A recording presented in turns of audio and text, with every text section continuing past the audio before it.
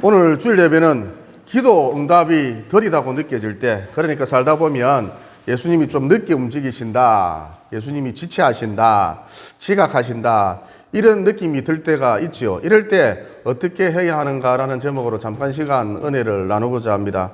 방금 읽은 본문 말씀에 보면 나사로가 병들어서 죽기 일부 직전인데 총각을 다투고 있는데 예수님의 행동을 보면 꿈뜨기 그지 없어 보입니다. 그러니까 예수님께서 서둘러 나사로에게로 가서 안수 기도를 해줘야 할 텐데 문기적거리고 계셨다는 것이죠. 여러분, 우리도 살다 보면 이럴 때가 종종 있지요. 즉 지금 당장 하나님이 좀 도와주시면 좋을 텐데, 역사해 주시면 좋을 텐데, 예수님이 와주셨으면 좋을 텐데, 이번 주 내로 기도응답이 떨어지면 좋을 텐데, 이럴 때가 있다는 것입니다. 그런데 아무 역사도 일어나지 않거든요. 그래서 하나님이 지체하신다, 문기적거리신다, 이런 느낌이 들 때가 있다는 것입니다. 이럴 때 우리는 어떤 감정에 휩싸입니까? 하나님에 대해서 원망 불평하기 십상이라는 것입니다. 다시 말해서 하나님에 대해서 섭섭한 감정이 생긴다는 것이죠. 그런데 여러분 가만히 보세요. 하나님에 대해서 내가 왜 섭섭하게 생각하느냐 하면 자기 멋대로 기한을, 자기 멋대로 시간을 정해놓았기 때문이라는 것이죠. 그러니까 자기가 정해놓은 시간 안에, 자기가 정해놓은 기한 안에 기도 응답이 없으면, 어떤 역사가 일어나지 않으면 그만 하나님은 꿈드신 분이시다, 지각쟁이다, 문기적거리신다, 그런다는 것이죠. 이에 하나님에 대하여 섭섭한 감정이 생긴다는 것입니다. 여러분, 하나님께서 아브라함에게 자식을 주겠다고 약속하셨잖아요. 그런데 얼마 가지 않아서 아브라함도 하나님에 대하여 섭섭한 감정을 느꼈거든요. 그러면 그가 왜 이런 섭섭한 감정을 느꼈느냐? 이때쯤 자식이 생길 것이다, 자기 마음대로 기한을, 시간을 정해놓았기 때문인 것이죠. 그러니까 자기 마음대로 정해놓은 그 시간 안에, 그 기한 안에 자식이 생기지 않으니까 그만 하나님에 대하여 섭섭하게 생각을 했다는 것입니다. 다시 말해, 아브라함은 올해나 내년쯤 늦어도 3, 4년 안에 자식이 생길 것이다, 이렇게 생각을 했는데, 이렇게 기한을 딱 정해놓았는데, 이렇게 시간을 딱 정해놓았는데, 그 시간 내에 자식이 생기지 않자, 그 기간 안에 자식이 생기지 않자 하나님은 꿈뜨신 분이다, 지각쟁이다, 그러면서 하나님에 대하여 섭섭하게 생각을 했다는 것이죠. 그런데 여러분, 기한은 하나님이 정하는 것입니다. 시간은 하나님이 정하는 것입니다. 우리는 그저 기도할 뿐인 것이죠. 그러면 기한을, 시간을 왜 하나님이 정하시느냐? 여러분, 우리는 내일 일을 알지 못해요. 그러니까 기도응답이 있어서 우리에게 가장 유익한 때, 우리에게 가장 유익한 시간, 이것을 알고 계신 분은 오직 하나님 한 분뿐이라는 것이죠. 그래서 시간은, 기한은 하나님이 정하신다는 것입니다.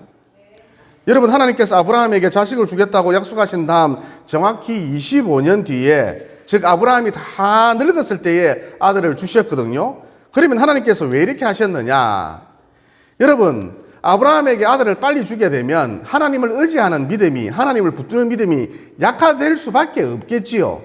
즉 계속 문제가 있어야 꾸준히 하나님을 의지하지, 금방 문제가 단번에 해결돼 버리면 하나님을 의지하는 게 쉽지 않겠지요. 그러니까 평생 동안, 너는 살면서 평생 동안 하나님만을 바라봐야 해, 하나님만을 의지해, 그런 뜻에서 하나님께서 아브라함에게 아들을 늦지막한 나이에 주셨다는 것입니다. 또 아브라함도 사람인데 자식 욕심이 있을 것 아닙니까? 그래서 하나님이 아들을 달랑 하나만 주시면, 본처 사라를 통해 젊은 아브라함에게 아들을 달랑 하나만 주시면 그는 이내 이방 여인을 마구 취하여서 자식을 10명이고 20명이고 막 낳았을 가능성이 높다는 것입니다. 여러분, 당시 사회에서는 이게 일반적인 풍습이었거든요. 그러면 어떤 일이 벌어지느냐? 이방 여인의 자식들이 상속 문제 등을 이유로 해서 하나님이 주신 이삭을 죽일 수도 있었다는 것입니다. 이런 일, 당시 사회에 있어서는 비일비재했거든요. 여러분, 만약 이런 일이 실제로 벌어진다면 하나님의 선민들이, 다른 말로 이스라엘 백성들이, 다른 말로 유태인들이 이 땅에 출현할 수 없었겠지요. 그러니까 젊은 아브라함으로 하여금 무분별하게 이방 여인을 취하지 못하도록 하기 위해서 하나님이 아브라함을 보고 너는 내 약속을 기다리라, 너는 내 약속을 진득하니 기다리라 그러시면서 25년 동안 시간을 좀 끄셨다는 것입니다. 다시 말해 쉽게 아들을 주면 아브라함은 일찍 받기를 원했지만 쉽게 아들을 주면 부작용이 너무 많이 생기기 때문에 하나님께서 늦지막한 나이에 아브라함에게 아들을 주셨다는 것이죠. 그러므로 하나님은 지체하지 않으신다. 지각쟁이가 아니다.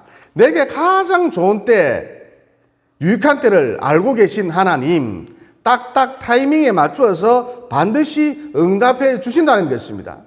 그래서 우리에게 필요한 것이 무엇이냐? 인생사 모든 문제에 있어서 초조해하지 말고 조급해하지 말고 내 시각이 아니라 예수님의 시각으로 바라보려는 훈련을 해야 한다는 것이죠.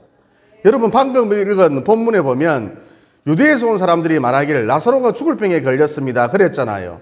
한마디로 나사로 오늘 밤에도 죽을 수도 있다는 것이죠.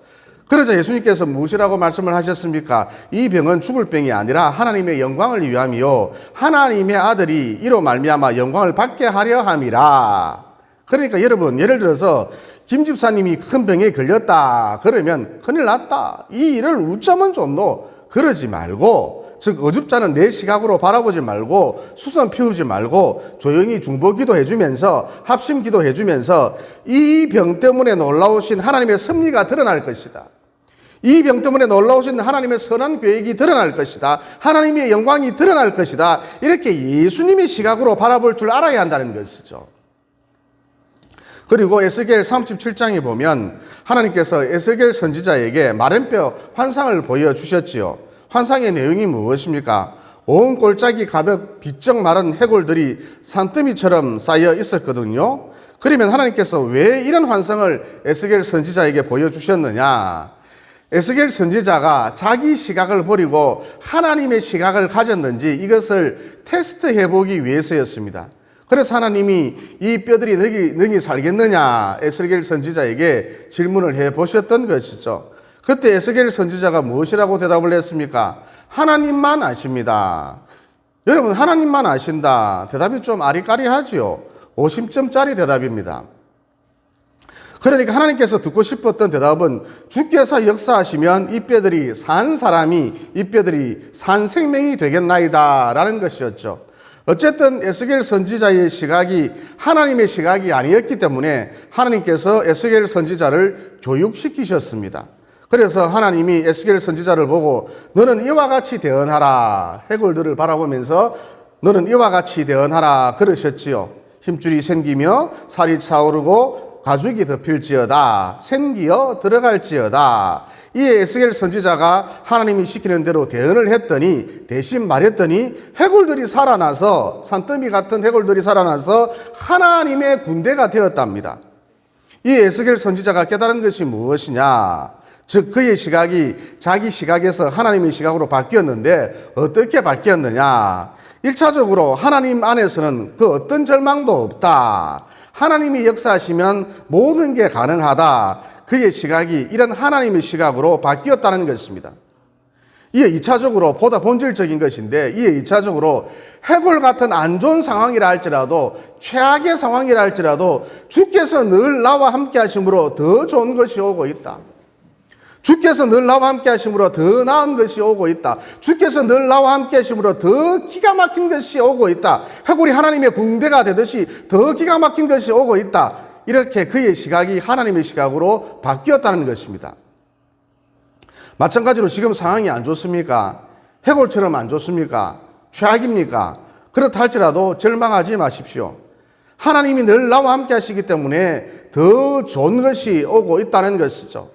하나님이 늘 나와 함께 하시기 때문에 더 나은 것이, 더 획기적인 것이, 더 기가 막힌 것이 오고 있다는 것입니다. 여러분, 이게 하나님의 시각입니다. 이게 우리가 이런 하나님의 시각을 가지고 살면 머지않아 해골이 하나님의 군대가 되는 놀라운 역사, 놀라운 영광을 보게 된다는 것이죠.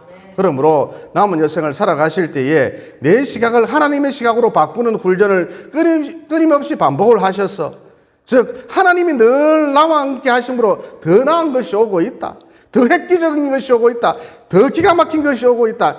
이렇게 입술로 반복하셔서 반복적으로 고백하셔서 마침내 더 놀라운 역사, 더 큰 영광을 보게 되시기를 예수님 이름으로 진심으로 축원을 드립니다. 본문에도 보면 나사로가 죽었음에도 불구하고 해골인 상황이죠. 나사로가 죽었음에도 불구하고 예수님께서 이틀이나 더 지체하셨잖아요. 문기적거리셨잖아요. 그런데 예수님께서 지체함으로 더 나은 것이, 더 좋은 것이, 더 유익한 것이, 더 기가 막힌 것이, 더 위대한 것이 오고 있었지요. 그것이 무엇이었습니까? 죽은 나사로가 살아나는 사건이었습니다. 무덤 속에 있던 나사로가 걸어 나오는 일이었죠. 그러니까 내 시각이 아니라 하나님의 시각으로 보면 그 어떤 상황이라 할지라도, 해골 같은 상황이라 할지라도, 무덤 같은 상황이라 할지라도 절망이다 그러지 않는다는 것입니다. 이 하나님이 늘 나와 함께 하심으로 더 좋은 것이 오고 있다. 이렇게 하나님의 시각을 가지고 살아가다 보면 마침내 더 위대한 것이, 더 좋은 것이 반드시 오게 돼 있다는 것이죠. 그리고 여러분, 인간은 악하기 때문에 범사에 자기중심적이거든요. 그래서 자기 기도에 자기만 응답받으면 그만이라는 것이죠. 대부분이 다 그래요. 하지만 하나님은 이런 저차원에서, 낮은 차원에서 움직이지 않으신다는 것입니다. 무슨 얘기냐? 하나님께서 내 기도에 응답하실 때 나뿐만 아니라 내 주변 사람들에게도, 다른 사람들에게도 유익함이 퍼져나갈 수 있도록 응답하신다는 것이죠. 그러니까 나는 내 기도만 응답받으면 돼. 이 문제만 해결되면 돼. 나만 응답받으면 돼. 이런 단편적인 응답을 요구하는데, 평면적인 응답을 요구하는데, 하나님은 내 기도에 응답해 주심으로 내 주변 사람들에게도, 여러 사람들에게도 영향을 주는, 유익을 끼칠 수 있도록 입체적으로 응답해 주신다는 것이죠. 본문에도 보면 죽은 나사로가 살아났잖아요. 그런데 이 일, 나사로에게만 유익했던 것이 아니라 마리아, 마르다, 예수님의 제자들, 또 나사로의 죽음을 안타깝게 생각하고 나사로의 집을 찾았던 유대 지역의 수많은 사람들, 그들에게도 모두 유익한 일이 되었다는 것입니다. 게다가 당시 현장에서 죽었던 나사로가 살아나는 것을 봤던 사람들의 자식들, 후손들, 아마 대부분 예수님을 믿었을 가능성이 높습니다. 그러니까 하나님께서 어떻게 기도응답을 해주시느냐? 나만 유익한 것이 아니라 내 주변 사람들에게까지도, 다른 사람들에게까지도 영향이 가도록, 유익을 끼칠 수 있도록, 심지어 후손들에게까지도, 아직 태어나지도 않은 후손들에게까지도 영향이 가도록, 미치도록 무한대로 입체적으로 응답해 주신다는 것이죠.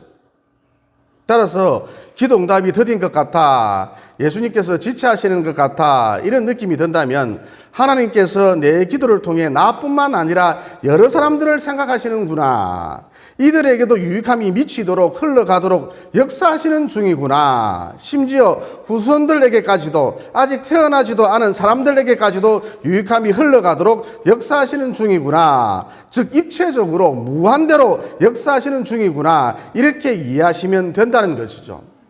다시 말해, 여러분, 기도응답이 더디다, 지체하시는 것 같아, 하나님이 지체하시는 것 같아, 이는 무엇을 의미하느냐? 기도응답에 대한 폭발력이 굉장하다는 것을 의미합니다. 즉, 지금 기도응답을 받으면 콩알탄 수준인데 나중에 응답받으면 핵폭탄 수준이라는 것이죠. 그러므로 조급하게 서둘지 말고 예수님의 시각을 가지고 진득하니 기도하심으로 콩알탄 수준의 인생이 핵폭탄 수준의 인생으로 변화되고 더 크게 쓰임 받으시기를 예수님 이름으로 진심으로 축원을 드립니다. 그 다음, 하나님께서 의도적으로 지체하실 때가 있다는 것이죠. 의도적으로 기도 응답을 유예하실 때가 있다는 것입니다. 그러면 왜 지체하시는가? 왜 유예하시는가? 우리를 성장시키기 위해서라는 것이죠. 7절에 보면 예수님께서 유대로 가자 그러셨잖아요. 그러자 8절에 보면 제자들이 자기들 수준에서 어떻게 말을 하느냐. 예수님 일전에 우리가 유대로 간 적이 있었는데 그때 유대인들이 우리 일행을 보고 돌로 치려 하지 않았습니까? 그래서 지금 예수님께서 쫄아 계신 것 같은데, 바짝 긴장하신 것 같은데, 겁먹으신 것 같은데 굳이 이제 와서 유대로 갈 필요가 있겠습니까? 이어 한술 더 떠 도마가 이런 말을 했죠. 마 됐고 우리도 주와 함께 죽으러 가자 그랬다 합니다.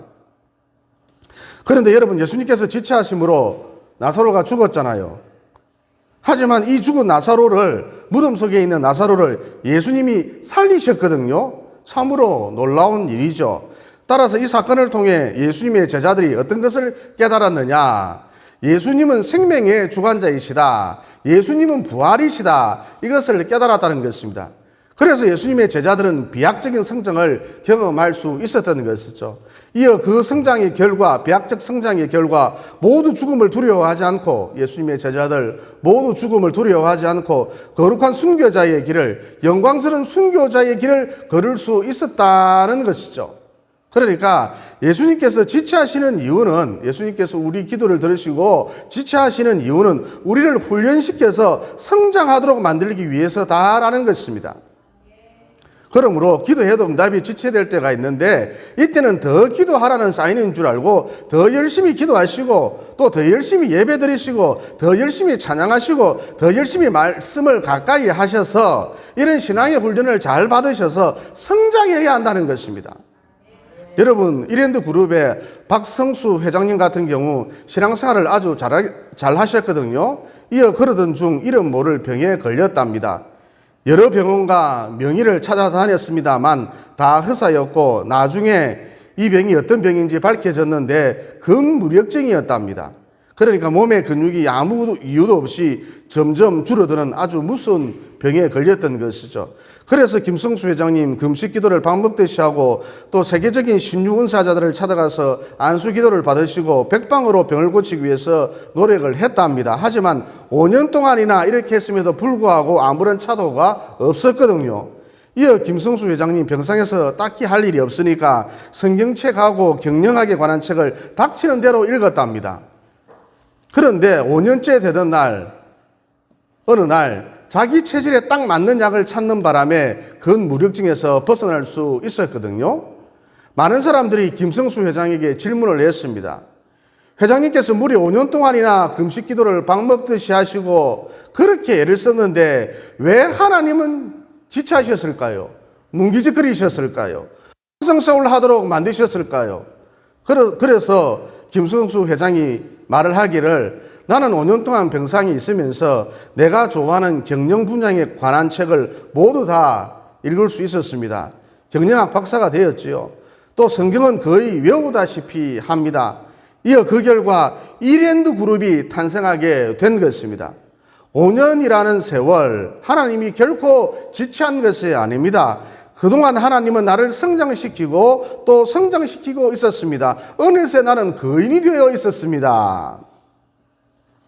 그리고 여러분, 지식경영, 정직경영이라고 하는 것을 들어보셨는지 모르겠는데, 이게 경영학에 있어서 굉장히 중요한 새로운 개념이거든요. 이 개념을 만든 사람이 누구냐? 김성수 회장입니다. 그러니까 5년 동안의 병상생활로 말미암아 김성수 회장 세계적인 CEO로 성장할 수 있었던 것이죠.